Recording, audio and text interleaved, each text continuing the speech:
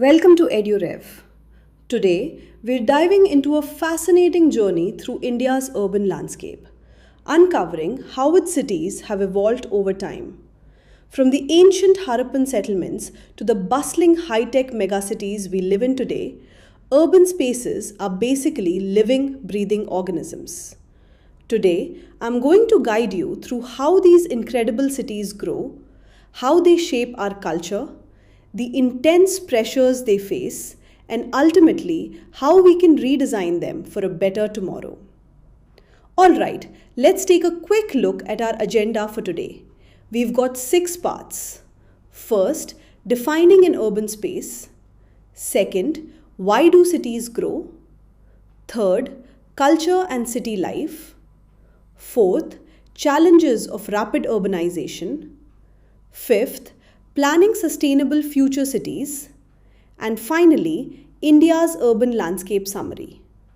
Let's get right to it. Section 1. Defining an urban space.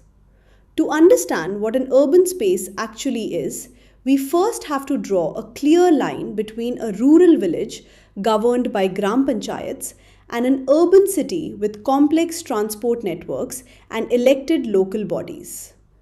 But here's a fascinating statistical anomaly. Different countries have very different definitions of what makes an area urban based entirely on population size. For example, in Denmark, if a settlement has just over 220 people, it's considered urban. But in Japan, that number jumps all the way to 50,000. Here in India, the threshold is 5,000. As a teacher, I've always found it fascinating how geography and national context can completely redefine what a city is. Now, here's a formula I definitely want you to memorize. Population density. Demographers use this exact calculation to understand the incredibly dense built-up areas we see from space. It's really simple. Population density equals the total population of a region divided by the area of that region in square kilometers. So, when you're looking at satellite imagery and you notice the stark contrast between open green rural land and the dense grey concrete of urban hubs, this single mathematical ratio explains that dramatic visual difference. Section 2. Why do cities grow? Let's trace the growth of Delhi. It's like watching a giant puzzle come together over centuries. Back in the Iron Age, Delhi started as an important center for culture and trade. Then, under the Rajputs, Turks, and Mughals, massive forts and vibrant markets emerged. Fast forward to the British era, and railways were introduced along with a completely new capital layout. After independence, Delhi transformed into the beating heart of the nation's ministries and institutions. And today, the National Capital Region has expanded even further, with places like Gurugram turning into massive global IT and BPO hubs. It's a perfect example of a city that never stops adapting. But cities grow for completely different strategic reasons. Take Jamshedpur for instance. It grew from a tiny village called Sakchi, mainly because it was located near incredibly rich iron ore deposits. The Tata family had a remarkable vision. They built hospitals, wide streets for factory workers, and transformed the area into a major industrial powerhouse. Now compare that to Mumbai. Mumbai leveraged its coastal location along the Arabian Sea to become a vital port city, which eventually evolved into India's financial capital and the home of the Bombay Stock Exchange. Same country, but completely different engines of growth. Section 3. Culture and City Life. As cities attract millions of people in search of economic opportunities, they transform into vibrant cultural melting pots. People bring their languages, traditions, and thankfully their incredible food. Just think about the vada pav. I love this example because it perfectly captures how a city's working class history and diverse cultural influences come together to create something entirely new. You've got a traditional Maharashtrian potato dumpling stuffed inside a Portuguese style bread roll. It became popular among Mumbai's textile mill workers who needed a quick, affordable, and easy to carry meal.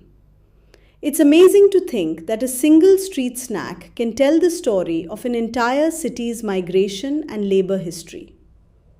Section 4: Challenges of Rapid Urbanization. By 2050, the United Nations estimates that 68% of the world's population will live in cities. That rapid influx creates monumental challenges. When cities grow without a proper master plan, we begin to see a serious domino effect. Millions of people crowding into small areas lead to rapid, unplanned residential sprawl, resulting in severe pressure on infrastructure.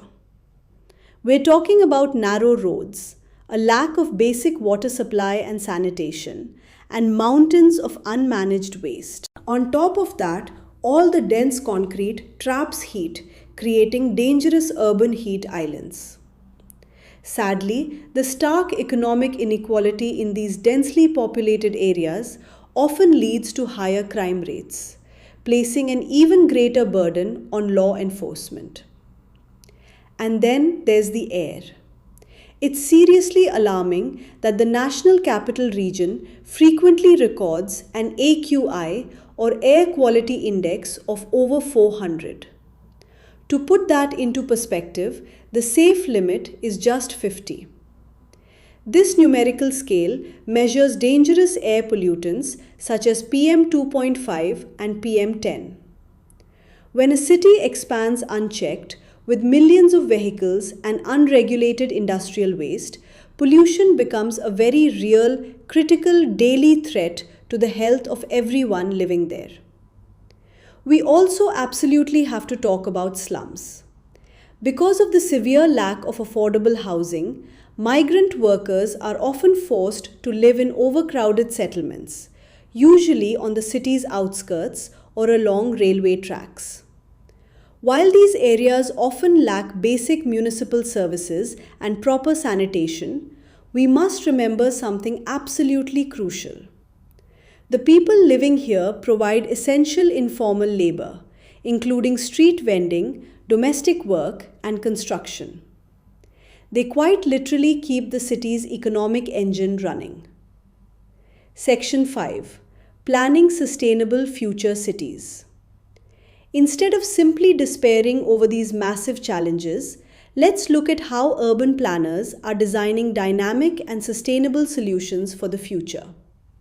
Take the revival of Bengaluru's lakes.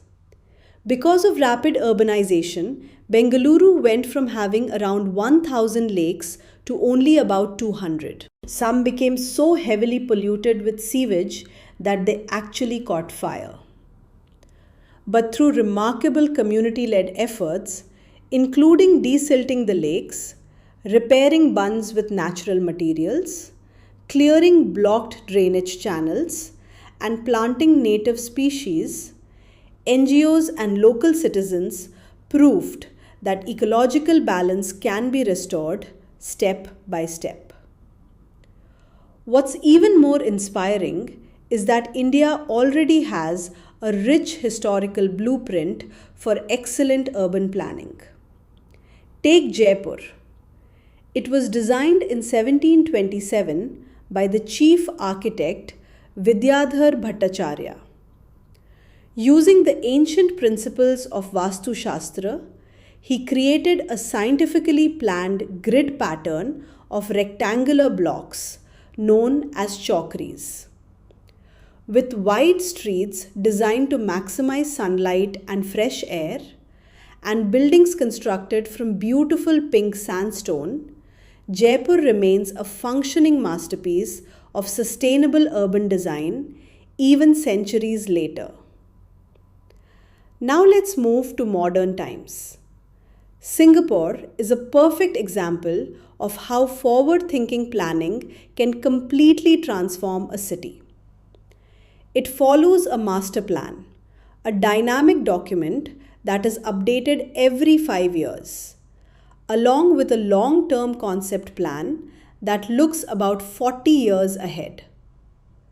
By carefully integrating residential and commercial areas, developing seamless mass public transport, and adding impressive vertical gardens to high rise buildings, Singapore transformed itself from an overcrowded, polluted port city of the 1960s into a vibrant garden city that prioritizes walking, greenery, and quality of life. The ultimate goal of this kind of community centered planning is to create what experts call blue zones. These are places where people live significantly longer and healthier lives, often reaching their 90s or even living beyond 100 years while experiencing very low rates of chronic diseases. When we design cities with walkable neighborhoods, accessible healthcare, and abundant green spaces, we aren't just building infrastructure, we are creating environments that help people live longer and healthier lives. Section 6, India's Urban Landscape Summary. Let's bring everything we've learned today together. Our cities are dynamic engines of innovation, economic growth, and cultural diversity.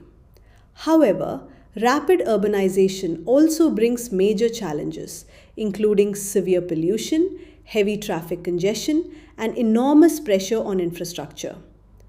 That's exactly why cities require thoughtful, sustainable planning. We must balance economic development with genuine care for nature and, of course, for our most vulnerable communities. Before we wrap up, I want you to think critically about everything we've discussed today. What is your vision of a sustainable city of tomorrow? How would you design an urban space that creates opportunities for everyone without leaving the vulnerable behind?